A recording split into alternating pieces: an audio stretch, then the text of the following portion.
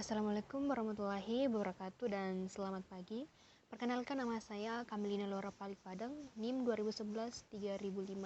Di sini saya akan menjelaskan tentang materi akuntansi transaksi pembiayaan musyarakah. Ada beberapa poin yang akan saya bahas. Langsung saja ke poin yang pertama, itu definisi musyarakah, di mana menurut IAI atau Ikatan Akuntan Indonesia dalam PSAK 106 mendefinisikan musyarakah ini sebagai akad kerjasama antara dua pihak atau lebih untuk suatu usaha tertentu, dengan kondisi masing-masing pihak memberikan kontribusi dana dengan ketentuan bahwa keuntungan dibagi berdasarkan kesepakatan, sedangkan kerugian berdasarkan porsi kontribusi dana.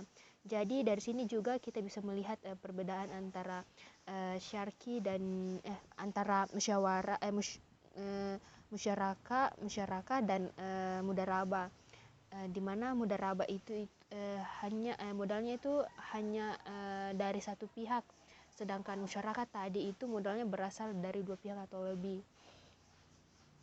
Ke poin yang kedua, yaitu ketentuan syar'i, rukun transaksi dan pengawasan syariah transaksi transaksi musyarakah.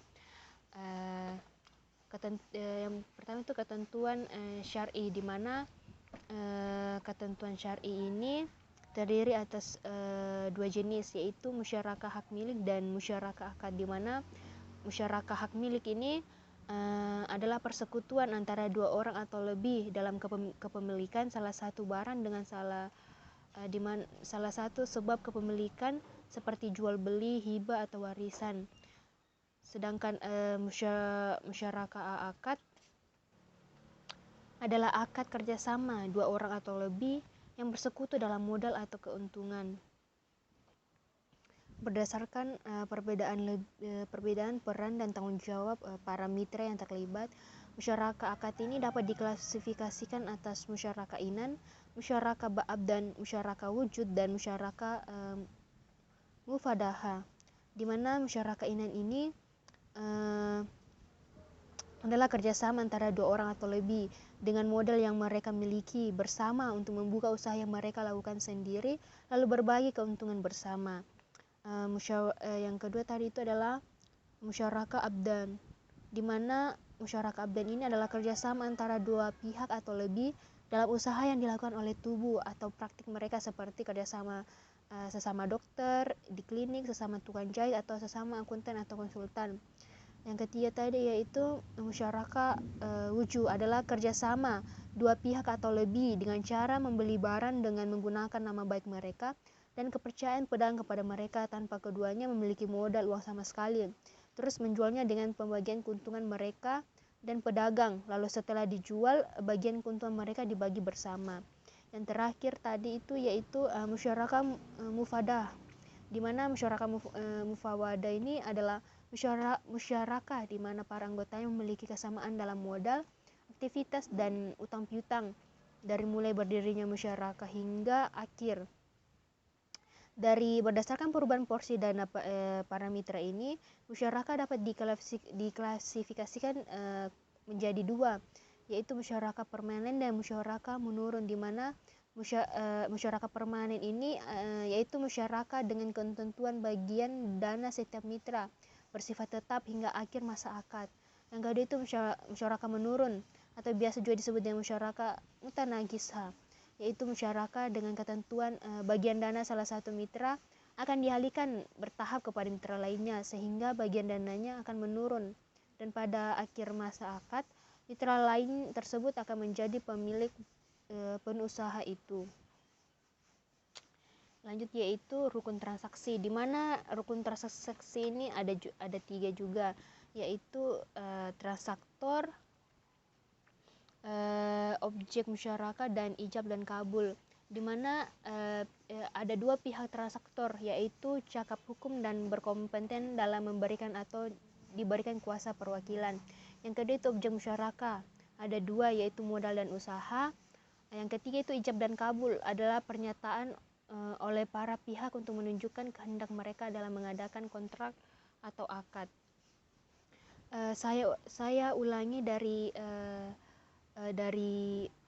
rukun transaksi yang di objek musyarakah tadi itu ternyata salah. Di situ ada 3, yaitu ada modal, ada kerja, dan keuntungan dan kerugian. Saya lanjutkan ke pengawasan syariah transaksi musyarakah. Di sini ada 6, yaitu yang pertama, meneliti apakah pemberian informasi secara lengkap telah disampaikan oleh bank kepada nasabah, baik secara tertulis maupun lisan, tentang persyaratan pembiayaan masyarakat telah dilakukan. Yang kedua, menguji apakah perhitungan bagi hasil telah dilakukan sesuai prinsip syariah. Yang ketiga, memastikan adanya persetujuan para pihak dalam perjanjian pembiayaan masyarakat. Yang keempat, memastikan terpenuhinya rukun dan syarat masyarakat tadi. Yang kelima, memastikan bahwa biaya operasional telah dibebankan kepada modal bersama masyarakat. Dan yang terakhir, yaitu yang keenam, memastikan bahwa kegiatan investasi yang dibiayai tidak termasuk jenis kegiatan usaha yang bertentangan dengan syariah. Poin berikutnya itu alur transaksi masyarakat, yaitu langsung saja yang pertama, yaitu dimulai dari pengajuan permohonan pembiayaan masyarakat oleh nasabah dengan mengisi formulir permohonan pembiayaan. Dari sini formulir tersebut diserahkan kepada bank syariah beserta dokumen pendukung.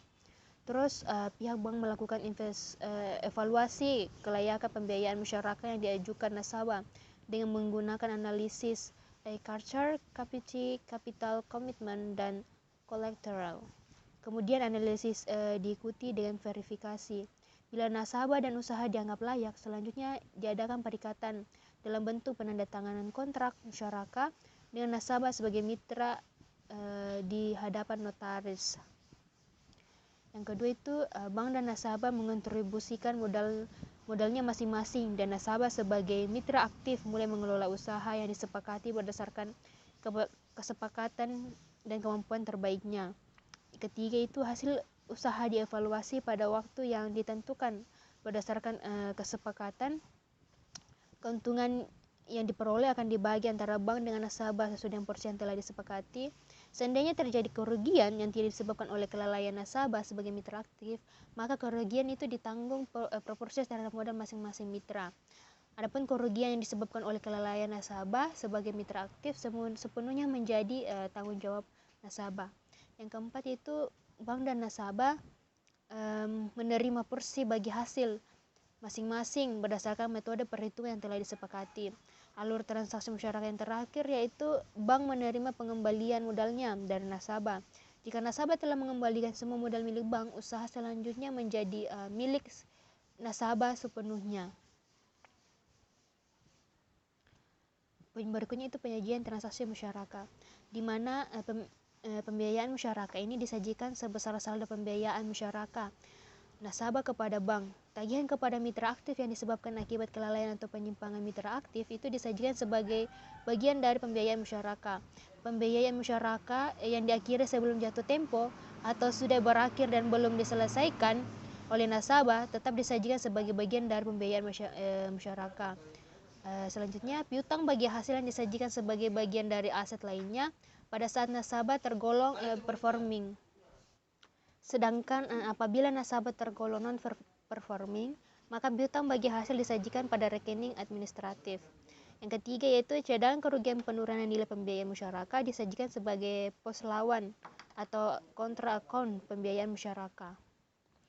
Poin yang terakhir yaitu pengungkapan transaksi masyarakat. Ada 8 pengungkapan. Yang pertama yaitu rincian jumlah pembiayaan masyarakat berdasarkan modal mitra, jenis valuta, jenis penggunaan, sektor ekonomi, status bank dalam pembiayaan masyarakat, dan mitra aktif. Yang kedua itu klasifikasi pembiayaan masyarakat menurut jangka waktu akad pembiayaan, kualitas pembiayaan, dan tingkat bagi hasil rata-rata. Yang ketiga yaitu jumlah dan persentase pembiayaan masyarakat yang diberikan kepada pihak-pihak berrealisasi. Yang keempat yaitu jumlah dan persentase pembiayaan masyarakat yang telah direstrukturisasi dan informasi lain tentang pembiayaan masyarakat yang direstrukturisasi selama periode berjalan. Yang kelima, kebijakan manajemen dalam pelaksanaan pengendalian risiko portofolio pembiayaan masyarakat. Yang keenam, besarnya pembiayaan masyarakat bermasalah dan cadangan kerugian penurunan nilai untuk setiap sektor ekonomi. Yang ketujuh, kebijakan dan metode yang dipergunakan dalam penanganan masyarakat bermasalah. Yang terakhir yaitu ikhtisar pembiayaan musyarakah yang dihapus buku yang menunjukkan saldo awal, penghapusan selama tahun berjalan, penerimaan atas pembiayaan musyarakah yang telah dihapus bukukan, dan pembiayaan musyarakah yang telah dihapus tagih, dan saldo akhir pembiayaan musyarakah yang dihapus buku. Itulah tadi penjelasan saya dari masing-masing poin. Terima kasih. Jika ada salah kata mohon dimaafkan. Assalamualaikum warahmatullahi wabarakatuh dan selamat pagi.